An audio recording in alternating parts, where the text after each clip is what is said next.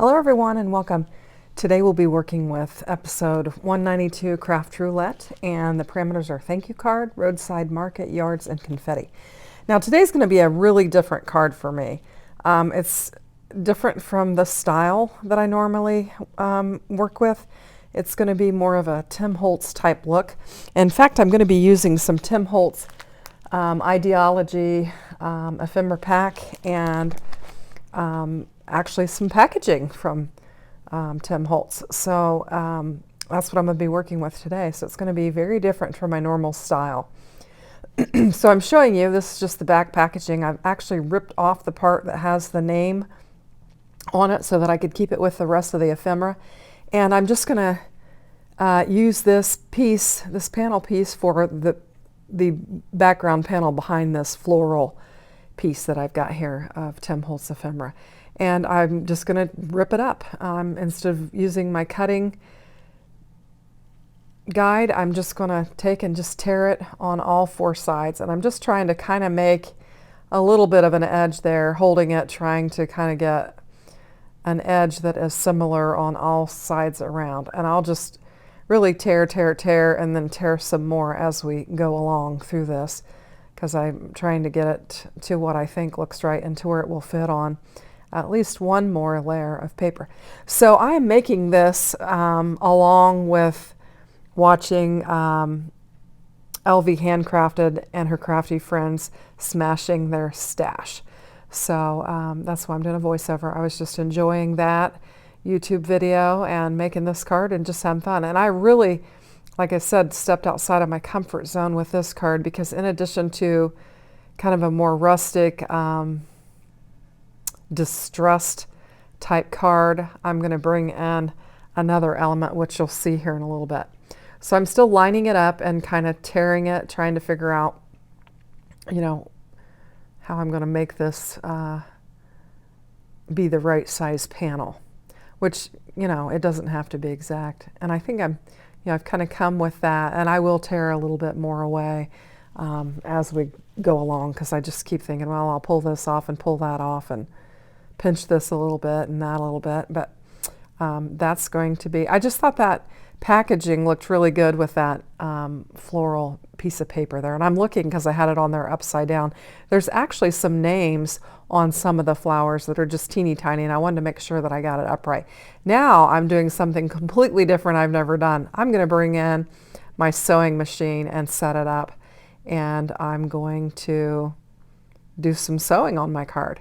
So I've just got my sewing machine there, and I'm trying to figure out, will I be able to video this? Will they be able to see?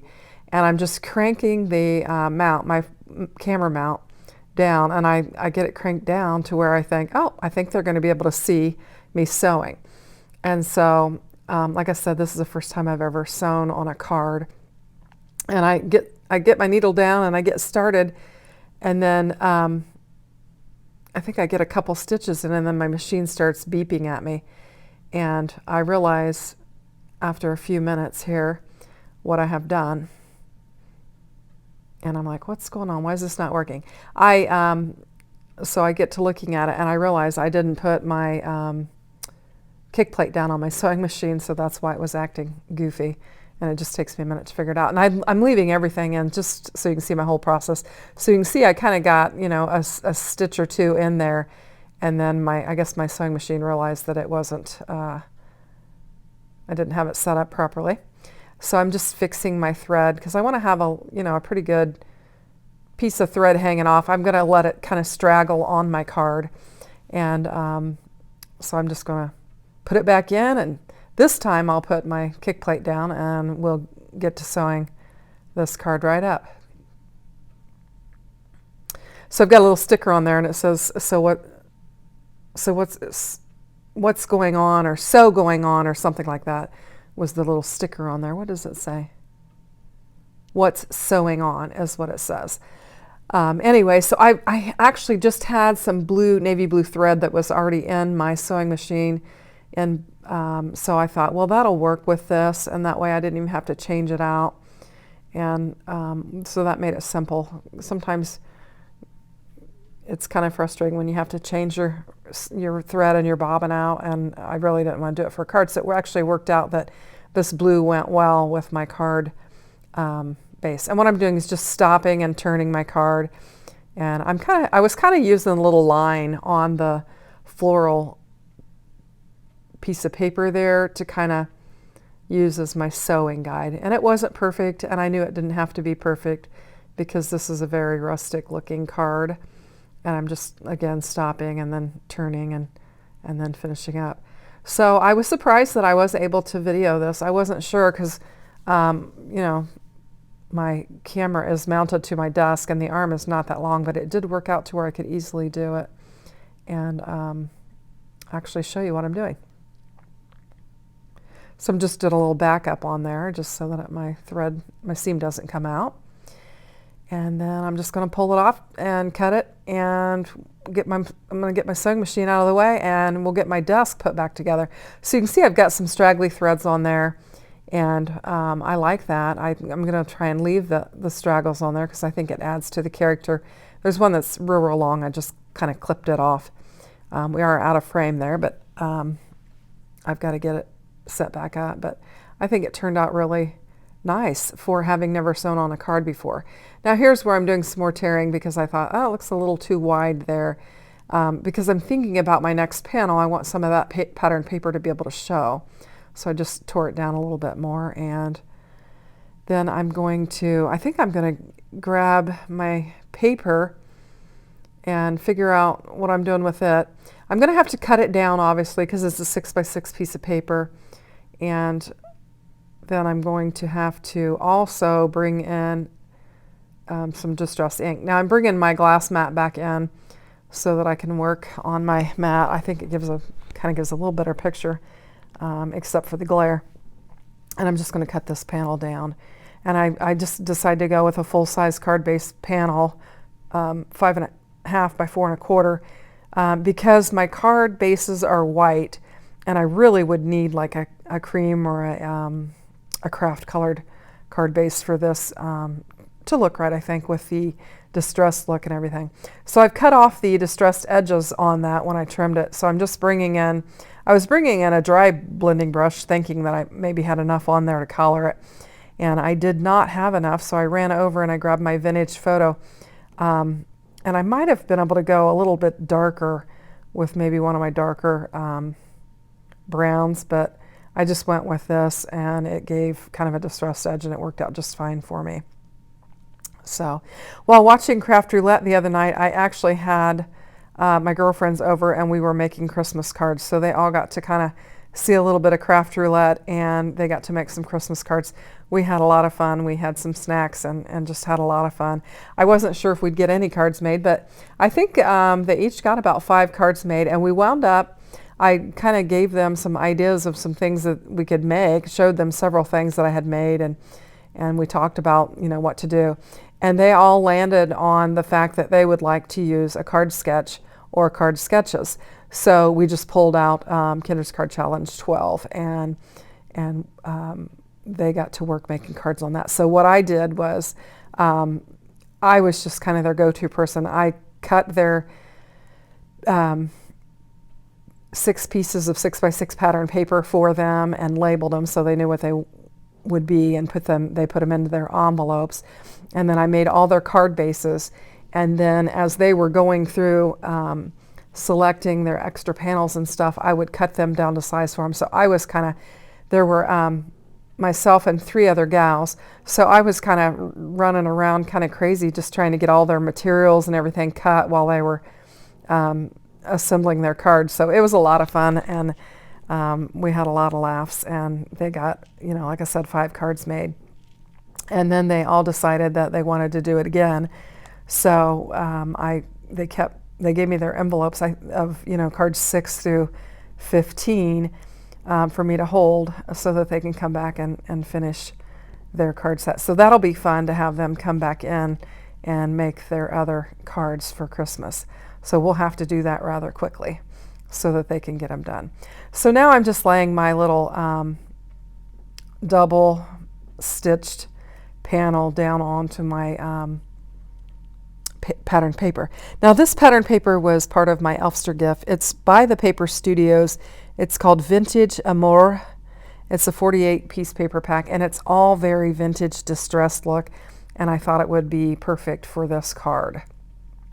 So all, the ephemera and the paper pack and some other elements that I got in my Elfster kit all went together very nicely. So it was nice to have these elements to just put a card together. And like I said, this is something very different for me. I don't normally do kind of distressed vintage cards. I've done maybe one other where I've done some paper tearing and some real blending and dark blending and stuff, but I like it. I had fun playing with it and trying to figure out how I was going to meet these elements. Now it was, the thank you card's easy because you can quickly add a sentiment to it, but it was roadside market, and most people would think of market like the produce and vegetables and stuff like that out of the garden, but I go past a flower market all the time when I'm heading to my daughter's house. So I thought I would do a roadside flower market to meet my colors parameter, and the element was yards, and you'll see how I do that in a minute, and then confetti was the random, and I thought, how am I going to do confetti on a vintage distressed card? And when I got to looking at my little mushrooms that I had already set aside to use, the tops of these mushrooms have just got some little sprinkles on top of them that look or resemble confetti. So I think I meet my confetti element by the tops of these mushrooms, because they just have little things that are kind of strewn across the top of them that kind of resemble confetti. So I'm calling it confetti, and that meets the parameters of my card. So I've just decided to pop these up with some thin strips of foam tape, and I'm going to do that with my floral item there too, and that way I can just pop those things up.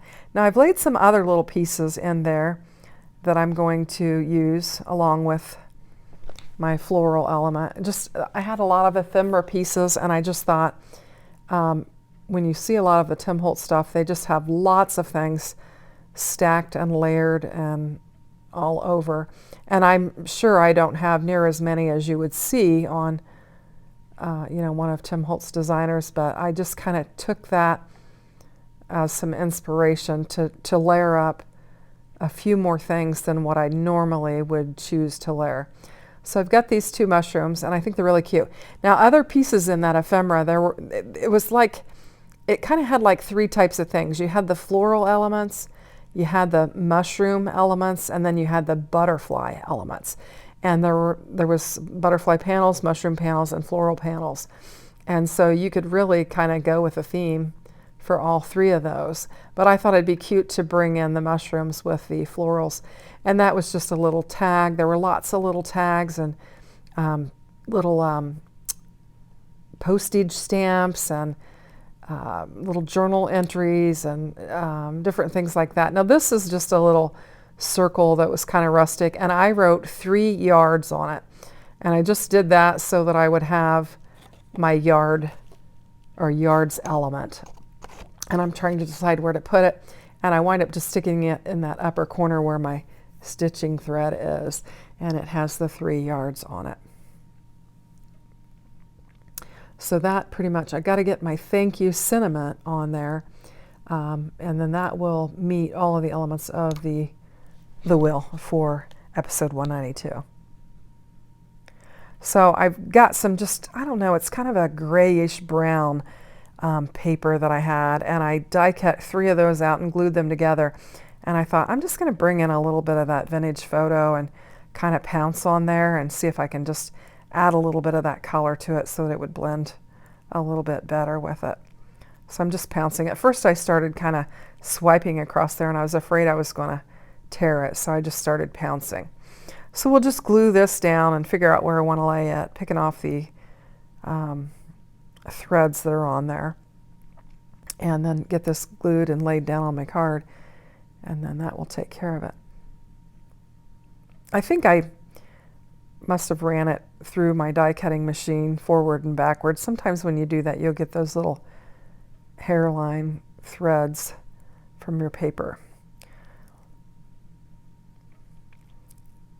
So just kind of debating on where I'm going to put it. And I land right there, and then just need to straighten it up a little bit, and it'll be good to go. It does kind of blend in to the paper, but in real life you can see it pretty well.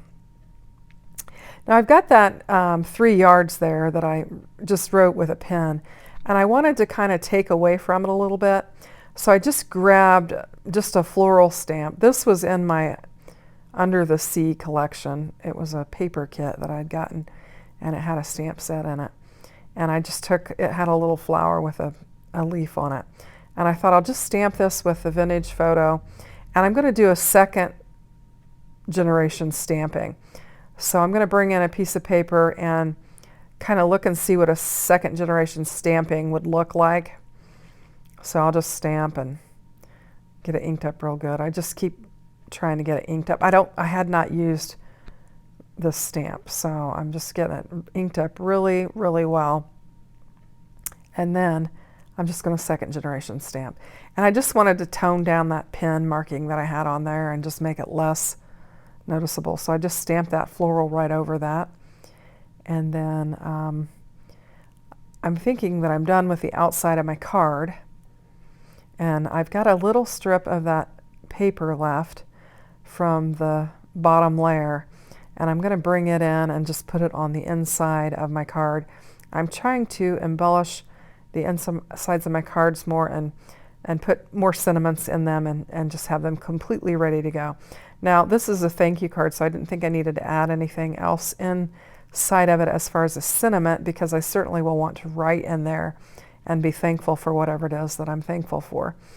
But I thought it would be nice to tie the front of the inside of the card with the front of the card, just tie them together. So I'm just adding that paper there and just trimming it off the back. And then I also find a little floral element and decide that I'm going to add that on there. And I think it really makes the card. So I'm just looking for my little pack of ephemera. And I'm just going to pull out one of those images. And you can see where I just taped the top of that paper on there so I'd have the name of it. And then I just pulled out this floral image here, and I'm going to just quickly tape it down, and then that'll finish off my card. So I appreciate you watching. I hope you like my card. If you do, consider giving me a thumbs up, and have a great day. Take care. Bye-bye now.